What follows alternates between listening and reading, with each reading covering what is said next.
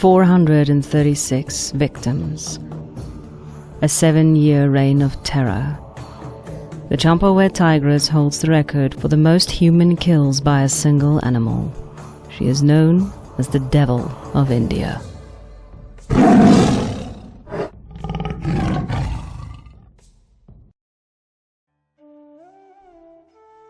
On a cool afternoon in 1907, a young girl, along with 2 other women from a small Indian village, went to a ravine to gather leaves for their fires and homes. The afternoon was pleasant, the humidity of the jungle cooled by the clouded skies. They were looking forward to a bout of rain.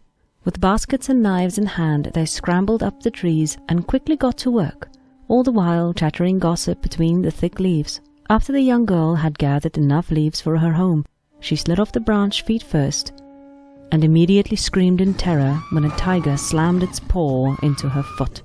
Yelling and thrashing, she desperately tried to haul herself back up onto the branch, but with a hard pull, the tiger yanked her clear of the tree and pulled her into the ravine. She could hear the screams from the other 2 women, their shouts and desperate pleas echoing in her ears moments before the tiger's teeth tore into her throat and killed her.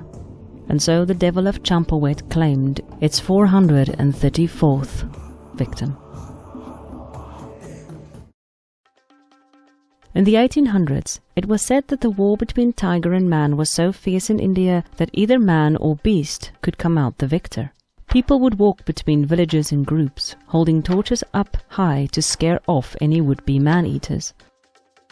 In nature, the Bengal tigers are fiercely powerful. Their bite force alone is over 1,000 pounds square inch, and their canines are the longest of all the cat family. They can carry their prey over a mile, even if it's heavier than they are, and they can easily reach speeds of around 40 miles per hour. To top it off, tigers are known to hold a grudge and will hunt down those who have wronged them. One can then imagine how an abundance of tigers can lead to them becoming a living nightmare. The Champawat Devil had been terrorizing the small community between Champawat and Pali for well over 4 years. Having been chased away from the small village town of Nepal, the tiger's reign of terror showed no signs of slowing down. Victim after victim fell under her paws until the people finally placed a bounty on her head.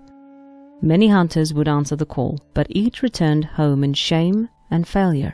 She was far more cunning than they'd given her credit for.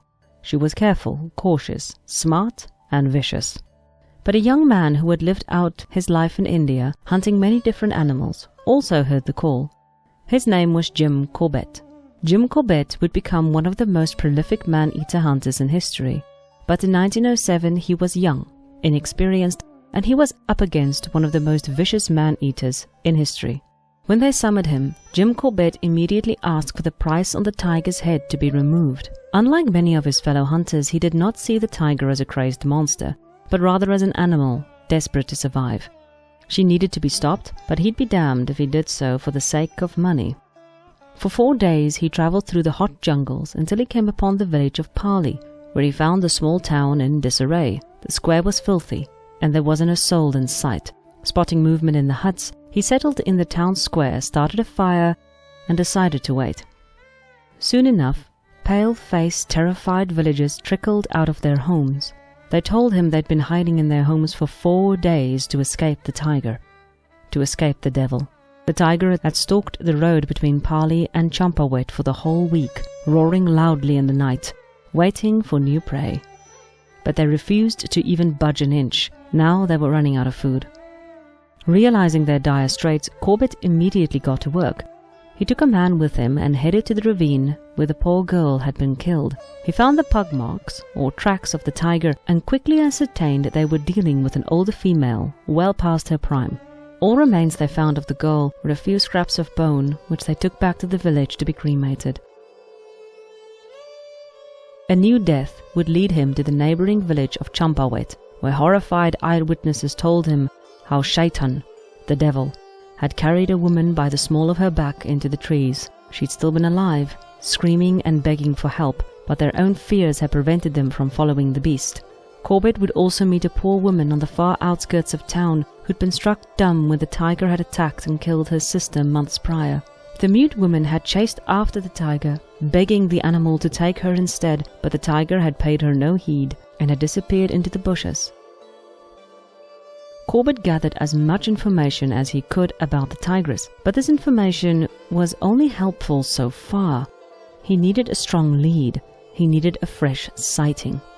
While Corbett was speaking to the head of the village, a young man came running up to him, breathless and scared witless. The devil had struck again. Grabbing his rifle, Corbett set out into the jungle to find the tiger and hopefully end her reign of terror. He tracked her through the thick bush to a rocky area nestled in a gorge. The sweltering heat made it difficult to breathe in the thick foliage, but Corbett couldn't afford to let his guard down for a moment. He could hear the tiger shift and move, see her just beyond his vision, staying just out of sight, beginning to stalk him.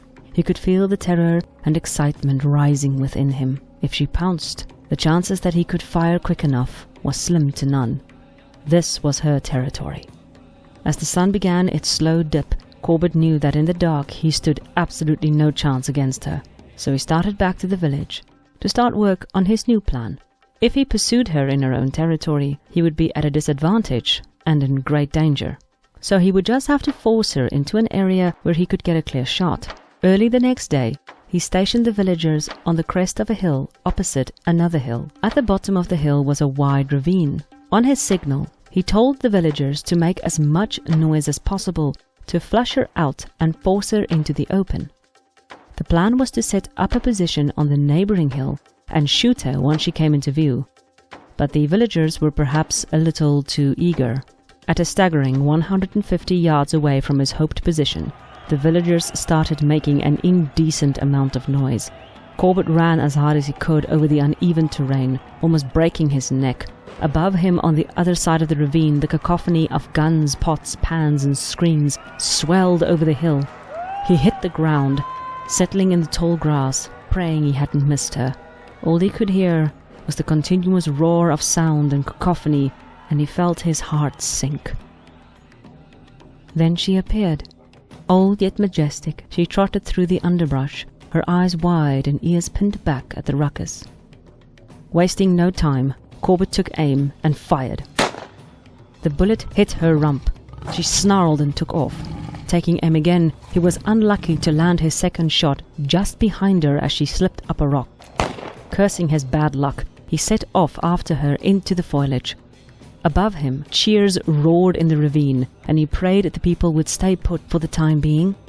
He found the tigress standing on a rock, her body tired and eyes glazed, but upon seeing him she fell low to the ground, her teeth flashing as a quick warning.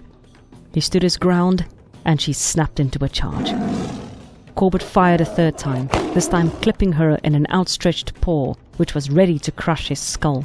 She collapsed and crawled up and away, to finally collapse on a stone outcrop and died. Corbett crawled up the stone outcrop and knelt next to her, and instantly his heart broke. Her jaw, completely shattered on top and below, was a cry against humanity. A foolish hunter who had wounded her years ago and had not had the decency to finish the job. The bullet had completely crippled her. She must have been in extreme pain for most of these years, and in her desperate need for food, she had attacked and killed villagers. Shaitan!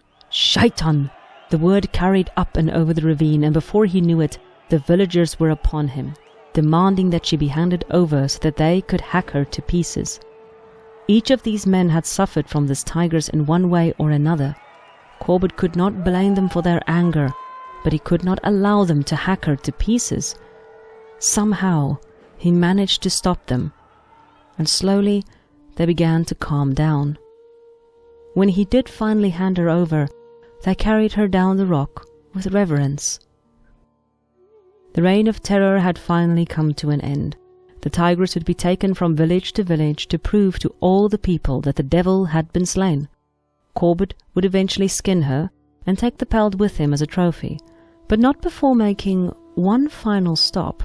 He took the pelt to the mute woman, and when she saw the skin of the dead tigress, she ran through the village, calling all to come and see. He remembered the awe-struck expression from her children at that moment, as for 12 months before that point, their mother had not spoken a word. The story of the Champawat Devil remains a terrifying tale of darkness, tragedy, and a serious example of nature's fury.